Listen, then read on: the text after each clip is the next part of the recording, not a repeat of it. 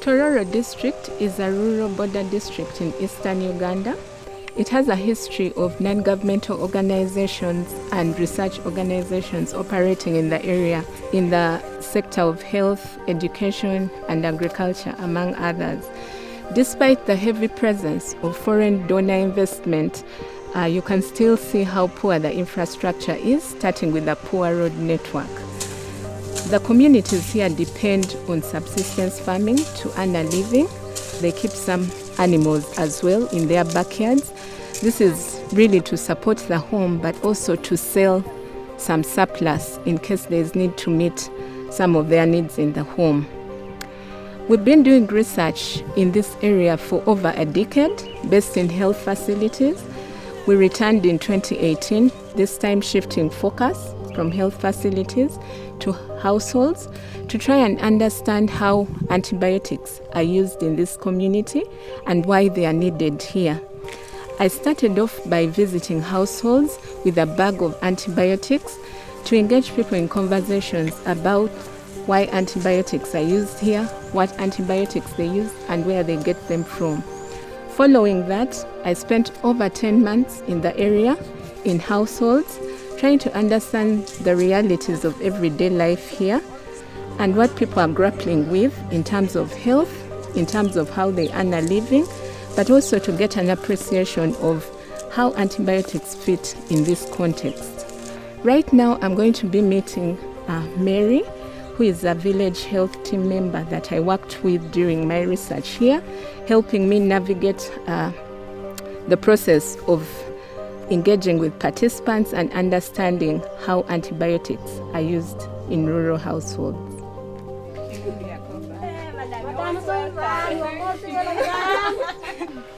Our facing challenges of poverty. Getting food is very difficult for the whole community, including me myself, plus my home people. No money even to buy medicine if someone is sick. The land is not fertile, which makes us not to have enough food in our household. The land is too sandy. I got 3 basins of rice seeds. I put the nursery bed. We planted one big garden, and the flood came with the heavy mud and destroyed each and everything. And we came back without even seed of rice. So how have you been managing to get the people here a meal? Sometimes I can go and borrow the money from my saving group. Sometimes I sell milk. Sometimes I look for people in this community also. Can you tell me more about what happens in case there's a need of health care in your home? Someone is sick. What do you do? Like last week, I have here a visitor, a young boy of 15 years. Sickness started with him. By then I was having just 1,000, which is not enough for the treatment. I rushed to the clinic. He bought a little medicine, which is not a full dose. He swallowed that medicine, no improvement. Then he went to the health center too. He got nothing. He came back home here. I started using the local medicine. We cook the leaves plus the lemon. After cooling it, he took and he recovered. Can you tell me more about the problem of diarrhea in this community? What makes us to diarrheate? Because of stagnant water. Because for us in this zone, we don't have even a borehole. We just use well water. And within that well water, animals also take water from there, where the community people also take water. We just use their stagnant water, and the water is not clean for drinking. Water contamination is a big problem in this community, as Mary explained. She's now taking me down to the well so that I can see for myself this source of water that is causing contamination and frequent episodes of diarrhea in this community.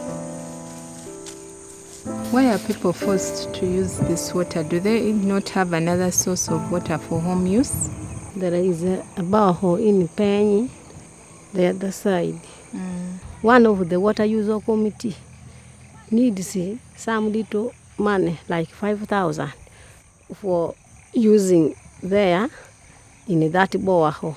But if you could not manage to pay the amount of 5,000, he could not allow you to fetch that water. And so people end up using this water. They can't afford money for that. Due to lose soil, because our soil here is sandy, it collapses the latrine because of heavy rainfall. Even if you dig a pit, within 1 year, it collapses. Again, you dig another one. Again, you dig another one. Mary has been telling me about the challenge they're having in this area with constructing latrines. She's going to be showing me the area where they've constructed 4 toilets that have collapsed in a short period of time. We constructed here a latrine, it collapsed. Again, we constructed here, it collapsed. Again, there, it collapsed. Again, that end, it collapsed. Then again, we dig another pit. There is also not yet completed. So what happens now that there's no toilet, latrine in this home? What do you do? How do you manage? We just move deep in the bushes there, down. As we heard earlier, diarrhea is rampant in this area. And one of the causes of this is believed to be the open defecation that's happening because someone can't put up a permanent latrine in the area. So when there's diarrhea in your home here and someone needs to be treated, what do you do? Sometimes I rush to the health center. If I get medicine, I start with that.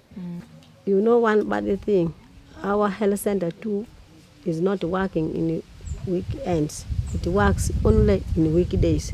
But if sickness attack you in weekend, you can start with the local medicine. When you go there, if you don't have money, they can't give out their medicine for free. It's on sale. Mary is going to be showing us some of the medicines she has right now in her home for treatment of humans. Okay. So let's see what you have here. This one is for skin rash and stomach pain. Ampicillin. This one also This for is skin for rash skin for rash. Angela. This one is also for skin rash. This is Piriton. This one also for body gentle pain. Panadol. Then this one is amoxicillin for cough. Amoxicillin for cough. This one for animal. This is for animals. This is oxytetracycline injectable. Why do you keep It's it? very important to have medicine at home to save our lives. Because when there is no medicine, you can die. So in this community where people are living in scarcity, antibiotics have become part and parcel of everyday life, enabling people to live with frequent episodes of diarrhea and offering relief such that people can continue being productive with their garden work despite being unwell.